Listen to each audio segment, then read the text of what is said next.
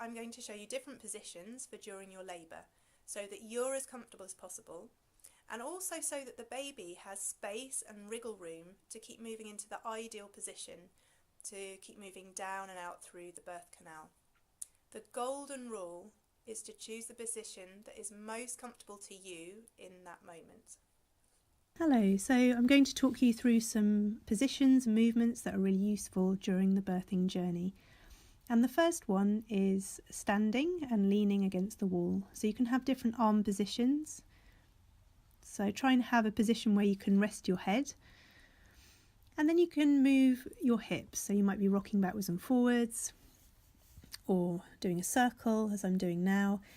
And this pelvic mobility is really important during the birthing journey because it helps to relax your muscles, but it gives the baby space to move into the best position to either keep moving down and out, or in the first stage of labour for the head, if your baby's head down, for the head to be pressing against the cervix and helping dilation. So lots of pelvic mobility is available. If the baby's head is down, it's also using gravity to help the baby keep moving down. But also with your arms in this position, you're creating this private space. So, for example, say you've gone into the hospital and there's midwives going in and out, or it's busy around you. It doesn't matter because you're just focused on what's going on for you. And also because you're pressing into something solid, it can really help you manage the intensity of those contractions or surges. And it might be that in between contractions, in what I like to call the expansion, you would move a bit more, or you might communicate with your birth partner or have a sip of water, choosing a position that's most comfortable in that moment.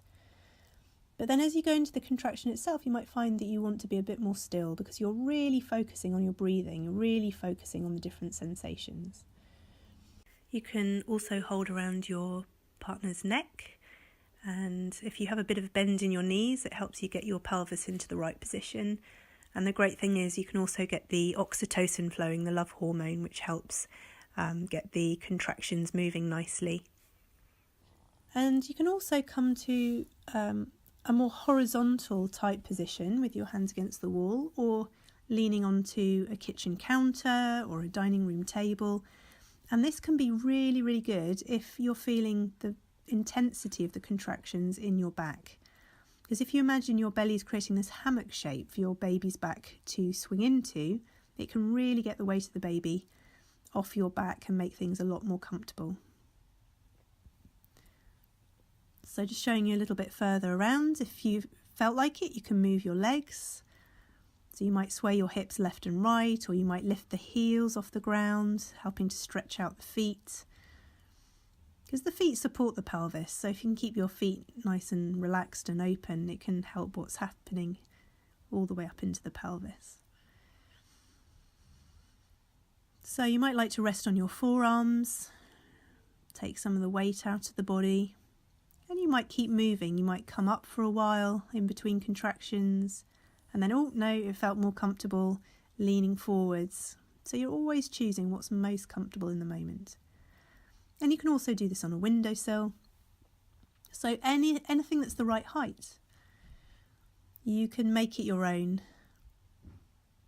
Moving when you feel like moving, being still when you feel like being still. You might have one leg slightly further forwards than the other.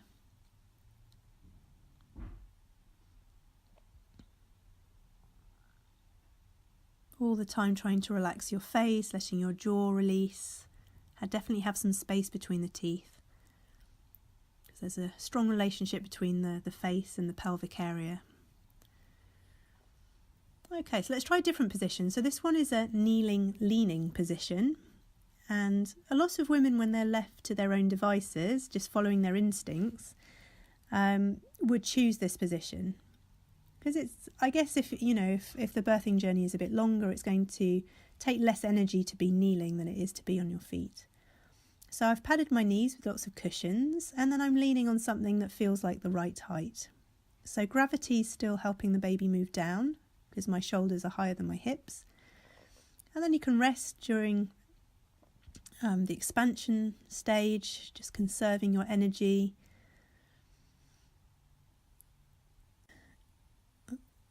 Try a sofa or a footstool. So it can be anywhere in your home that you feel comfortable.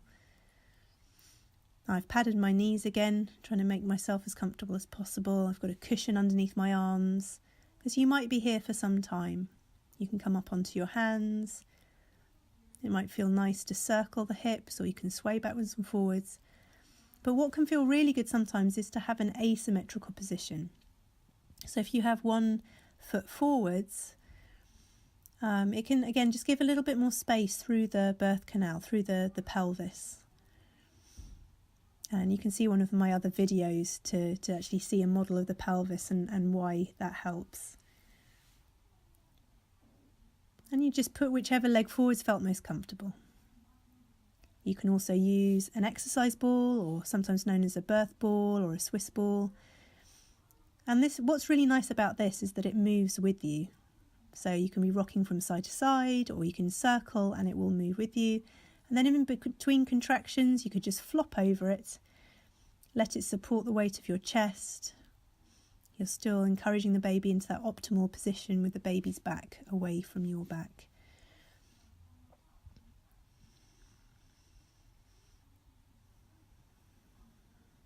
Okay, trying to keep the face relaxed. And you can move around up and down. Make sure the knees are padded again so that you can stay there as long as feels comfortable. One thing you might like to do though is have the ball against something solid. So just like when we were pushing against the solid wall earlier, you don't want the ball to roll away from you. So if you're pushing quite hard, it might be better to have it against something solid. And again, you can still flop over it. It's not so easy to move it in circles or from side to side. So it depends what you want to do. Another option with the ball is to have your partner sitting on the ball, and then you can lean on his thighs, either on your hands or your forearms, on his legs, or all the way down to your armpits. And the really nice thing is that he or she is right there with you. It's not going anywhere, and you can feel really supported. They might massage your shoulders or encourage you to breathe deeply, and they're responding to your movement. So in the video, it's me that's creating that movement, and the birth partner responds. I also wanted to show you in a sort of birth pool scenario. So I put a towel under my knees, so that could get wet, that wouldn't matter. And you can do exactly the same kind of movements in a birth pool. So the ones in hospitals tend to be solid, like a bath is. But even if they're inflatable ones, they're quite solid when they're blown up, and you can lean onto it.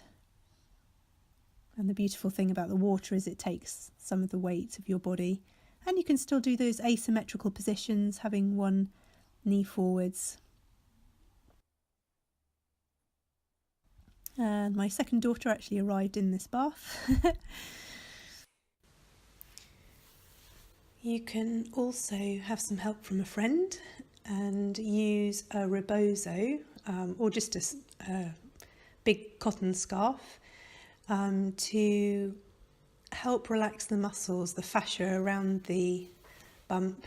And you do a little sifting motion like this. There's lots of videos on YouTube that you'll be able to search. Or another one is sifting the apples. And you put the Rebozo over the hips and then go up and down with the hands, and again really relaxing. And of course there is always the option to lie down, but I suggest to you that usually it would be better to be lying on your left side, and that's because of trying to encourage the baby's back away from your back, because back-to-back labours tend to be longer and more intense. So if you were tired, of course you can lie down, but try, rather than being on your back, to lie on one side. Whichever side feels more comfortable.